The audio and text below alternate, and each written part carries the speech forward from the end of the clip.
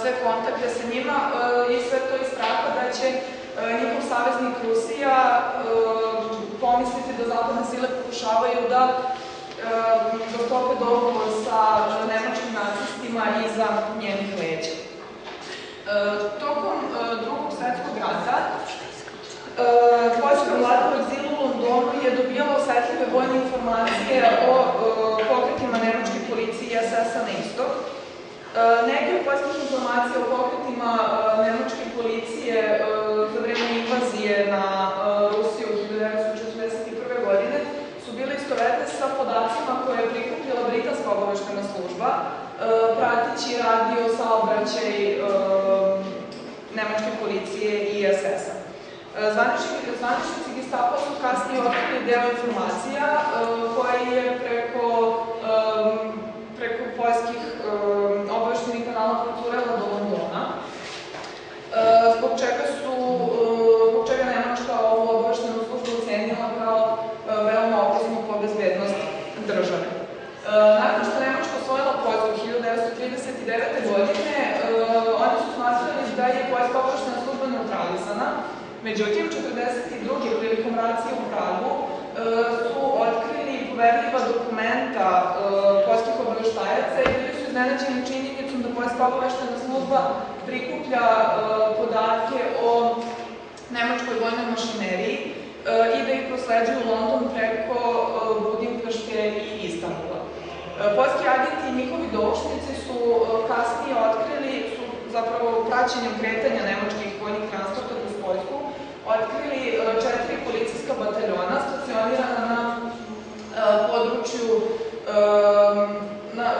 upućena zapravo u okupirano područje Rusije i 17 policijskih bataljona stacioniranih na teritoriji Poljske. Kasnije su zapravo istoričari utvrdili da su ovi policijski bataljoni učestvovali u prvoj fazi Holokausta, koja se sastojala u masovnom streljanju Jevreja i njihovom sahranjivanju u masovne grobnice.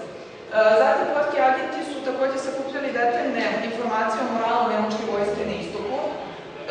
Nakon otkrivanja dela informacija koje je poljska obaveštena služba prosledila u London, Gestapo ovu službu definitivno ocenio kao veoma opasnu za bezbednost Nemačke i posle iskrcavanja saveznika u Normandiji 1944. godine, tadašnji šef Gestapa Heinrich Miller je naredio formiranje specijalne jedinice pod nazivom Sonderkommando Jerci, čiji je jedini zadatak bio da se bori protiv poljske obaveštene službe u zapadnoj i jugozapadnoj Evropi. Po završetku Drugog svetskog rata, saveznici su ustanovili Međunarodni vojni sud da bi sudili 24 istaknutih nemačkih generala podeljenih u 6 grupa. Trebalo je da im se sudi zbog zločina protiv mira, ratnih zločina i zločina protiv čovečnosti. Vođe, organizatori i saučesnici koji su učestvovali u formulisanju ili sprovođenju zajedničkog plana ili zavere da se izvrši neki zločin, odnosno svi navedeni zločini, su proglašeni odgovornim za sve radnje sprovedene od bilo kog pojedinca, a u cilju realizacije tog plana.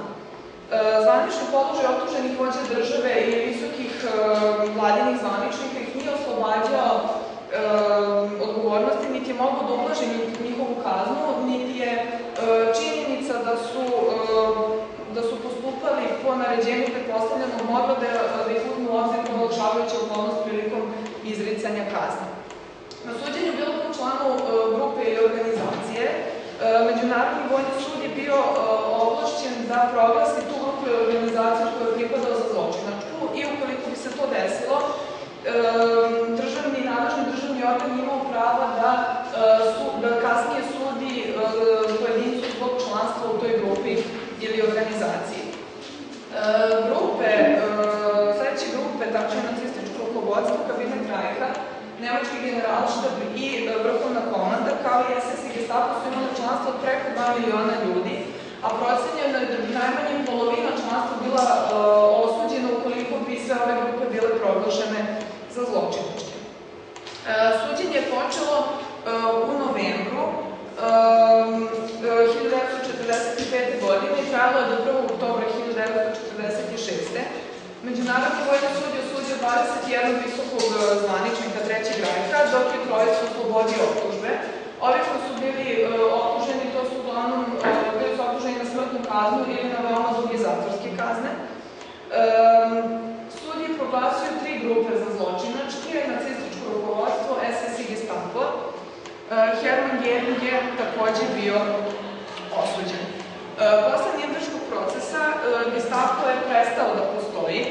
1997. godine je u Kelnu osnovan muzej žrtvama Gestapoa, koji je smešten u zgradi koja se nekada nalazi u regionalnom štabu ove organizacije. Iako sam izraz Gestapo ima duboko istorijsko značenje, njegova upotreba se danas smatra vulgarnom i krajnje uvredljivom, čak i kada se on odnosi na bilo koju policiju sa neograničenim ovlašćenjima. Hvala na pažnju.